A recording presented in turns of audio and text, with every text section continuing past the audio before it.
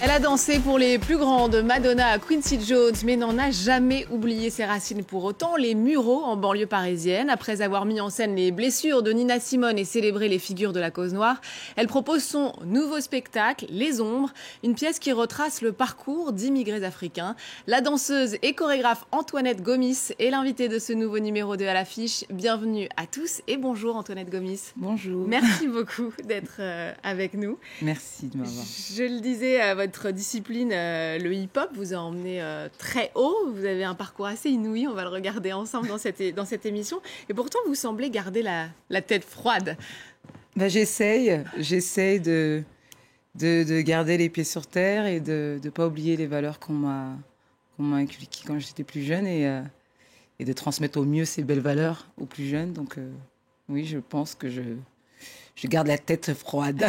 Vous allez nous raconter justement l'importance de la transmission aussi dans votre parcours. Mais on revient un peu en arrière. Vous découvrez le hip-hop aux Mureaux, la ville de banlieue parisienne où vous avez grandi. En 2001, vous créez votre propre compagnie, les Funky Ladies. 5 ans plus tard, vous décidez de faire de la danse votre métier. C'est d'ailleurs, je crois, dans la comédie musicale Kirikou oui. que vous commencez. Mais avant, j'ai trouvé ça très touchant. Vous dites que vous demandez l'autorisation à votre maman. Qu'est-ce qu'elle vous répond ?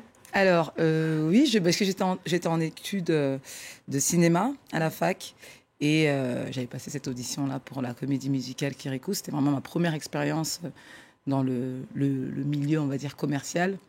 Et oui, avant de partir dans cette grande aventure qui était très inconnue pour moi, je demande l'autorisation à ma mère, même si je suis majeure, vaccinée, je suis adulte.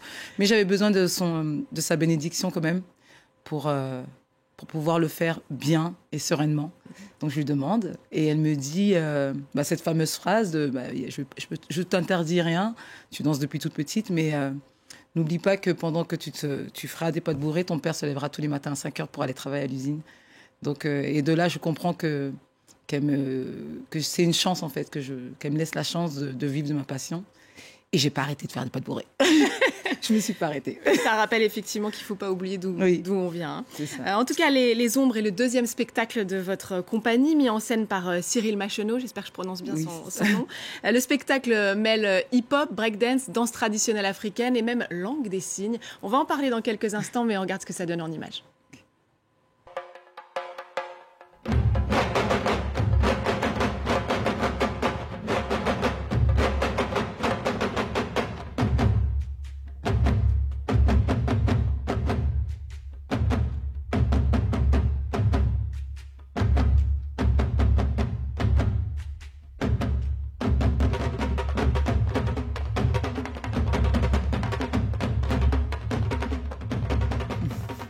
C'est impressionnant ce que les danseurs font sur scène. Antoinette, expliquez-nous un peu le processus créatif qu'il y a derrière les ombres, parce que c'est assez spécifique. Vous partez donc de la langue des signes ? C'est ça, on part de la langue des signes. On a tout un gros travail de traduction avant de venir créer le mouvement.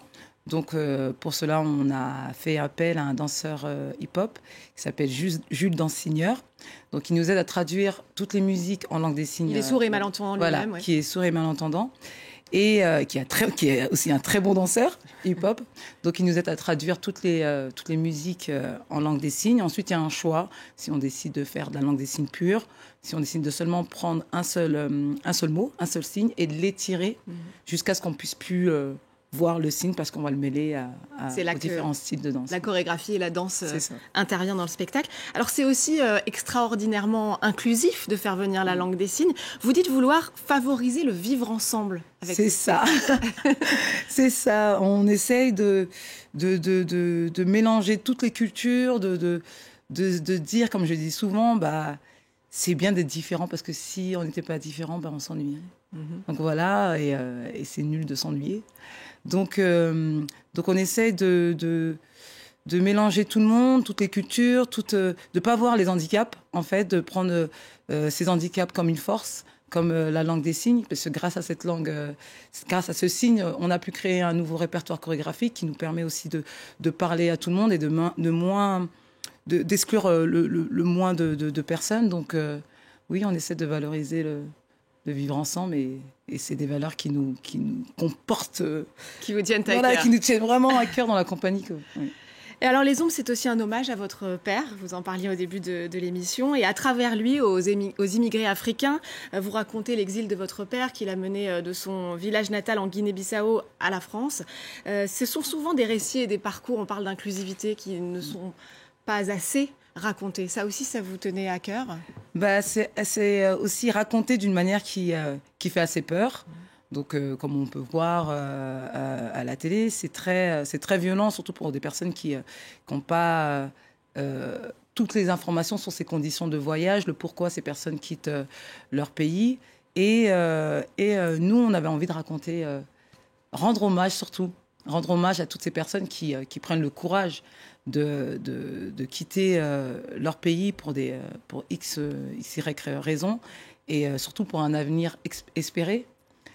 Pour leur enfant, en fait. Donc, moi, je rends hommage à mon père qui rêvait d'un avenir magnifique pour moi et mes autres frères et sœurs. Et on avait vraiment envie de parler surtout de ces conditions de voyage qui paraissent ordinaires, mais qui sont extraordinaires, dignes d'un film hollywoodien, parce que c'est vraiment fou ce qu'ils vivent. Et dès qu'ils arrivent, eh ben, je pense que parfois, on les accueille pas de la bonne manière, on a peur, il y a quelques craintes aussi posées par ces mots qui sont très violents, je pense qu'ils sont très violents, comme les sans-papiers, immigrés, alors que nous, on a envie de...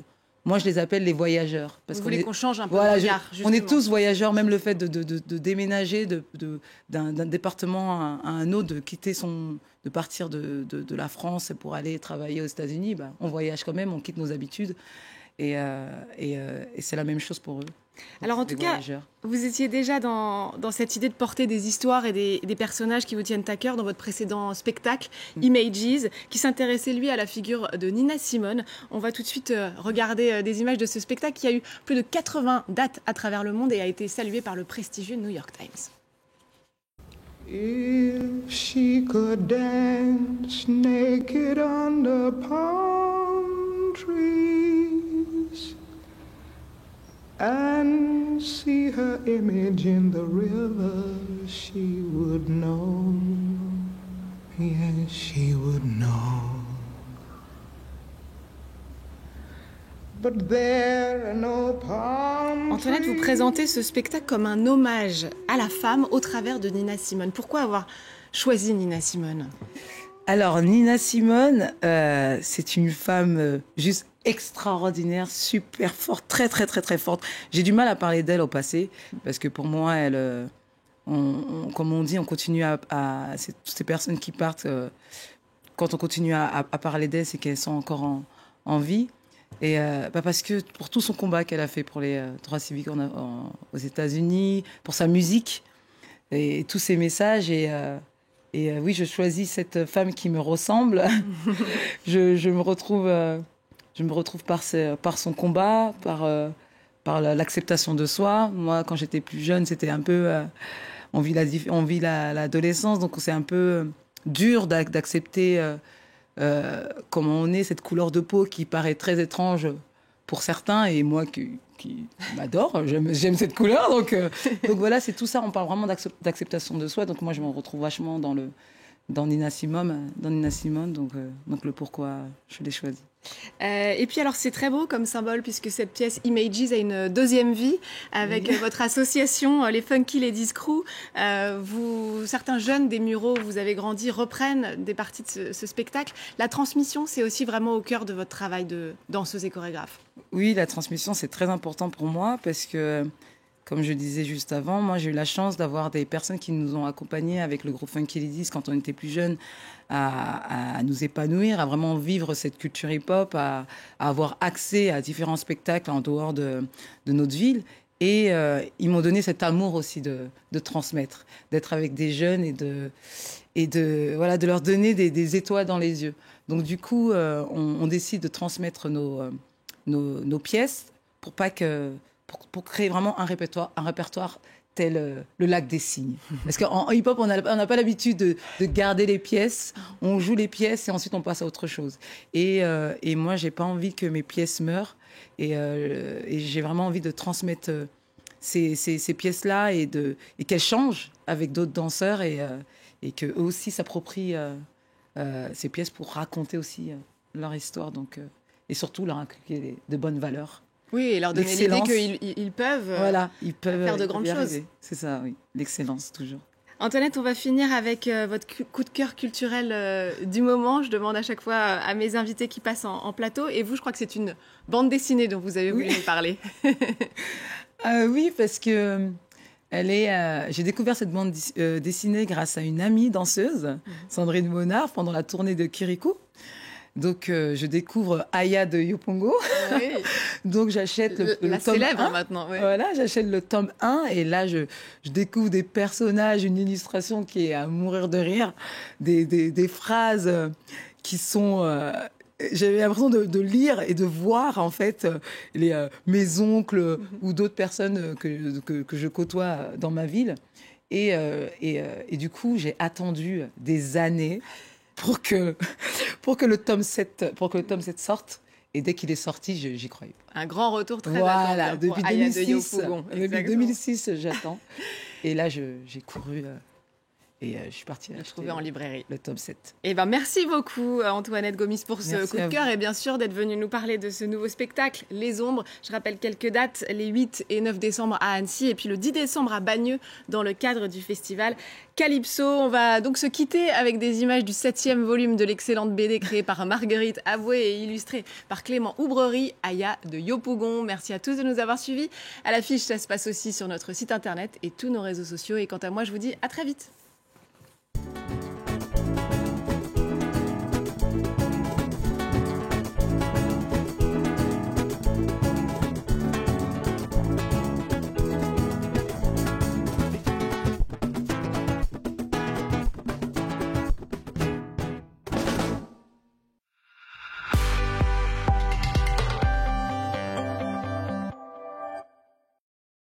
Mon chien, s'il te plaît.